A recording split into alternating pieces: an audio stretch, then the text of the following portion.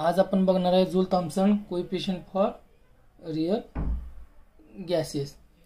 So आपल्याला काय या ठिकाणी फाइंड आउट करायचं आहे Joule Thompson coefficient. So Joule Thompson coefficient find out करण्यासाठी आपल्याला काय माहिती पाहिजे, for real gas van der Waals equation. So van der wall equation is given by P plus A divided by V square V minus B equal to RT।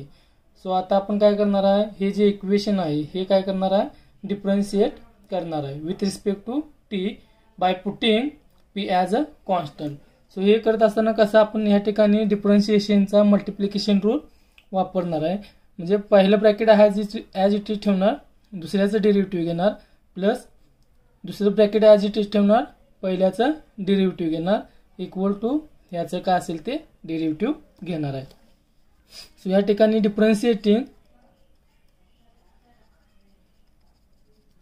Above equation with respect to T we get काय मिळणार बघा, P plus A divided by V square। आता याचं derivative किती येणार, d V upon डो T at constant pressure, बीचं derivative 0 plus काय येणार बघा, पहिल्याचं डेरिव्हेटिव्ह। आता ह्या ठिकाणी बघा पीचं डेरिव्हेटिव्ह कॉन्स्टंटच आहे, आपण काय करणार सुरुवातीला V minus B as it is लिहिणार। आता ह्या ठिकाणी ह्याचं डेरिव्हेटिव्ह किती येते बघा, twice A divide by V cube डो V अपॉन डो T at constant pressure equal to R, कारण टीचं डेरिव्हेटिव्ह विथ रिस्पेक्ट टी काय असणार आहे, 1 असणार आहे। सो ह्यानंतर बघा आपण ह्या दोन्हीतून काय कॉमन काढू शकतो, d V upon d T at constant pressure. So राहिलं काय बघा हो, P plus A divide by V square minus काय राहिलं twice A V cube into V minus B bracket complete equal to R। आपल्याला कशाची व्हॅल्यू पाहिजे आहे, so d V upon d टीची व्हॅल्यू पाहिजे आहे। So d V upon d T at constant pressure equal to काय होणार, हे या ठिकाणी जे मल्टिप्लायमध्ये इकडे गेल्यानंतर काय होणार, डिवाइड होणार। So R divide by P plus A divide by V square minus twice A divide by V cube V minus B bracket complete. So आता आपण P plus A divide by V स्क्वेअरची value आपण van der wall equation वापरून काढू शकतो। तर कसे बघा, या ठिकाणी बघा हे ह्या ठिकाणी मल्टिप्लायमध्ये इकडे गेल्यानंतर काय डिवाइड होणार। So P plus A divide by V square equal to काय ना RT divide by V minus B। जो ही जी व्हॅल्यू आहे ही इक्वेशनमध्ये आपण पुट करू शकतो। सो काय येणार, डो V अपॉन डो T at constant pressure equal to R divide by RT divide by V minus B minus twice A V cube V minus B असं आपण लिहू शकतो। सो आता ह्यातून काय कॉमन काढू शकतो आपण, खालून छेदातून V मायनस B कॉमन काढू शकतो आणि ते वरती डिवाइड करू मल्टिप्लाय करू शकतो। सो काय येणार, डो V अपॉन डो T at constant pressure equal to काय येणार, R into V minus B divide by RT minus twice A V cube into V minus A bracket square. So आता आपण काय करणार, multiply both side by T करणार आहे। So by multiplying both side by T we get therefore T d V upon डो T at constant pressure equal to काय येणार, RT V minus B into divide RT minus twice A V cube V minus A bracket square, हे असेल आपल्याला term भेटणार। पण ह्या ठिकाणी B is very very less than V आहे। सो आपण V minus B bracket square ह्या टर्ममधील B काय करू, निग्लेक्ट करू शकतो। म्हणजे हे आपण काय करणार, V minus B bracket square approximately काय लिहिणार आपण, V स्क्वेअर, कारण B ची किंमत ॲज कम्पेअर टू V काय आहे, फार लहान आहे, म्हणजे मच लेसर दॅन V असे आहे। सो हे वरील इक्वेशन कसं आपल्याला भेटेल, T into d V upon डो T at constant pressure equal to R T V minus B divide by R T minus twice A V cube आणि इथं काय येणार व्ही स्क्वेअर. सो हे आपण कॅन्सल केले तर काय भेटणार आपल्याला R T V minus B R T काय नाही या ठिकाणी minus twice A divide by V आपल्याला भेटणार आहे. आता ह्या खालच्या टर्ममधून आपण काय करू आर टी कॉमन काढू. सो काय येणार R T into V minus B R T common काढलं तर काय येणार 1 मायनस 2a एवढा व्ही आर टी. कारण आपण इथं कॉमन काढले म्हणजे इथं डिवाइड केलं पाहिजे. आता हे आर टी एकामेकाला काय होईल कॅन्सल होईल. So T into d V upon डो टी ॲट कॉन्स्टंट प्रेशर बरोबर काय येणार V minus B divide by 1 minus twice A V R T. So हे आपण लिहित असताना असं सुद्धा लिहू शकतो. Therefore T of d V upon डो T at P V minus B आणि 1 minus twice A divide by V R T bracket raise to -1 कारण आपण वरती घेतले छेदामध्ये म्हणजे ते -1 होणार. सो ह्याचं एक्सपान्शन केलं आणि हायर टर्म्स निग्लेक्ट केल्या तर आपल्याला काय भेटणार V minus B.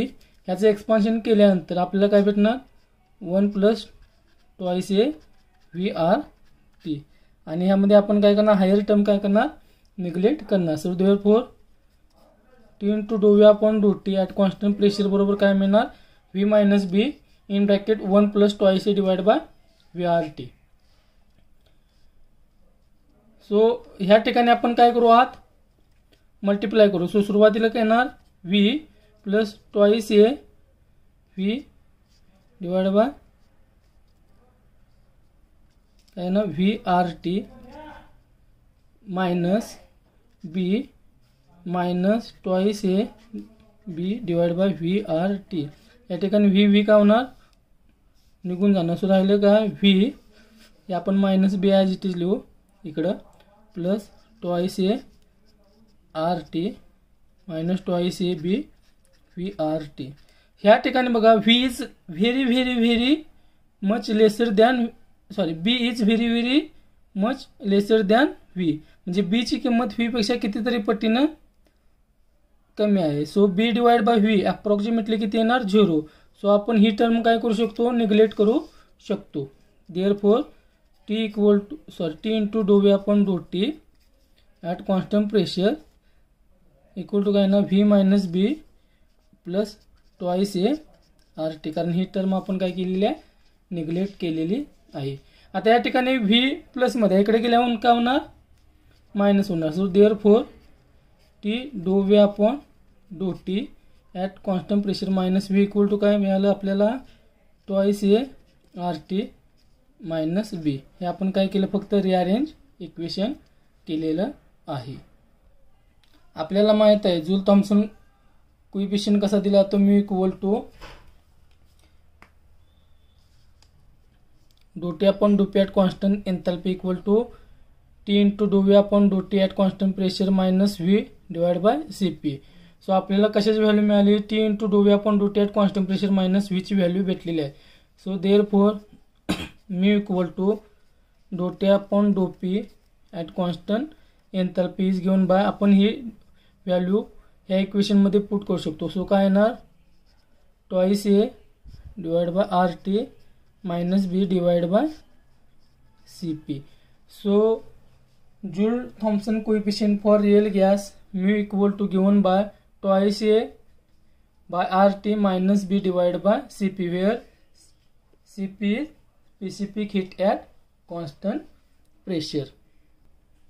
Now if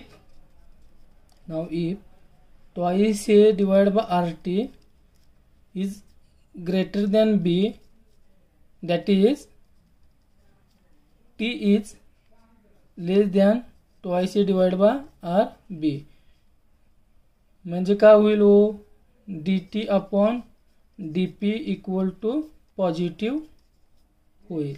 but dp is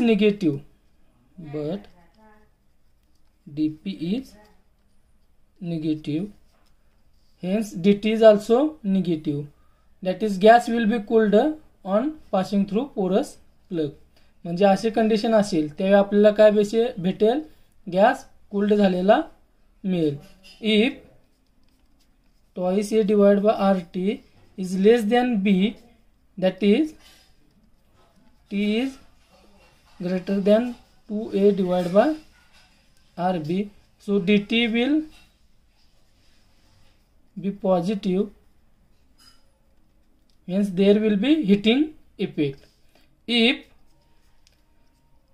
twice A divided by RT equal to B, then T equal to काय येणार हो, twice A divided by RB, then dt equal to काय येणार 0 येणार, कारण हे कॉन्स्टंट आहे.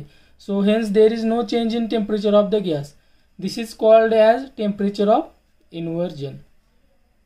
सो आता आपण काय बघणार आहे, टेम्परेचर ऑफ इन्व्हर्जन. काय बघणार आहे, टेम्परेचर ऑफ इन्व्हर्जन बघणार आहे. Temperature of inversion equal to Ti. That it is called as the temperature at which Joule-Thomson effect changes sign is known as temperature of inversion. So म्हणजे काय, असे temperature की ज्यावेळी Joule-Thomson इफेक्ट काय करतो, आपलं साइन चेंज करतो. So त्याला आपण काय म्हणतो, टेम्परेचर इन्व्हर्जन म्हणतो. आणि it is denoted by Ti. That is the temperature at which Joule-Thomson effect changes sign is known as the temperature of inversion, and it is denoted by Ti. So at this temperature का असते condition, twice A divided by RT असतं, पण आपण Ti घेऊ कारण आपण symbol वापरलेला आहे टेम्परेचर ऑफ इन्व्हर्जनचा Ti equal to B. So therefore Ti equal to किती येणार हो, twice A divided by RB. But critical temperature of gas किती असतं, critical temperature of gas TC equal to किती असतं, 8A divide by 27 RB. So it is temperature above which gas cannot be liquefied by pressure alone. म्हणजे critical temperature म्हणजे असं temperature असतं की ज्याच्यावरती का होत नाही, गॅस लिक्विफाईड होत नाही. सो देअरफॉर Ti बरोबर काय येणार हो, 27 divide by 4 into 8A divide by 27 RB, म्हणजे 27/4 TC म्हणजेच 6.75 TC. सो आपल्याला फॉर्म्युला काय भेटला Tiचा, 6.75 into critical temperature. So for most of gases temperature of inversion is greater than that ordinary temperature, hence cooling effect is observed. म्हणजे temperature of inversion is ordinary टेम्परेचरपेक्षा जास्त असेल तर आपल्याला काय भेटतो, कूलिंग इफेक्ट भेटतो. For hydrogen and helium the temperature of inversion is much below the ordinary temperature. म्हणजे ह्या ठिकाणी उलट आहे की temperature of inversion is lower than ordinary temperature आहे. Hence helium and hydrogen shows heating effect at ordinary temperature. So for hydrogen temperature of inversion is minus 80 degree Celsius आणि हे म्हणजे किती 193 डिग्री केल्विन at 100 atm. म्हणजे 100 atmosphere pressure खाली ते किती -80 degree Celsius काय दाखवतं, टेम्परेचर ऑफ इन्व्हर्जन दाखवतं. Hence if hydrogen is cold below -80 degree Celsius and then passed through porous plug, then cooling effect can be observed in hydrogen gases. म्हणजे ज्यावेळी तुम्हाला हायड्रोजन कूल करायचं असेल तर हायड्रोजन किती पाहिजे, बिलो -80°C पाहिजे, आणि त्यानंतर मग तो पोरस प्लग मधून काय केला जाऊ शकतो, पास केल्यानंतर आपल्याला कूलिंग इफेक्ट भेटू शकतो.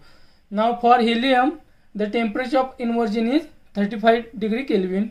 Hence ordinary temperature it shows heating effect. So that's it. या ठिकाणी आपण काय बघितलं आज की रिअल गॅसेससाठी आपल्याला आपण काय फाइंड आउट केलं की जूल थॉम्सन कोइफिशियंट किती आहे ते फाइंड आउट केला, आणि त्यानंतर टेम्परेचर ऑफ इन्व्हर्जन म्हणजे काय बघितलं, आणि हायड्रोजन आयटमसाठी टेम्परेचर ऑफ इन्व्हर्जन किती आहे -80°C अँड म्हणजेच 193° Kelvin, आणि फॉर हिलियम गॅसेस 35° Kelvin आहे. आता या ठिकाणी हायड्रोजन आणि हिलियम जनरली काय करतात की हिटिंग इफेक्ट दाखवतात, कारण त्यांचं temperature of inversion is lower than काय आहे ऑर्डिनरी टेम्परेचर आहे, आणि बाकीचे गॅसेस जे आहेत ते कूलिंग इफेक्ट दाखवतात कारण त्यांचे temperature of inversion is greater than ordinary temperature आहे. आणि या ठिकाणी temperature of inversion in terms of critical temperature कसं दिलं जातं, TI = 6.75 temperature of critical temperature असं दिलं जातं. सो या ठिकाणी आपण थांबू.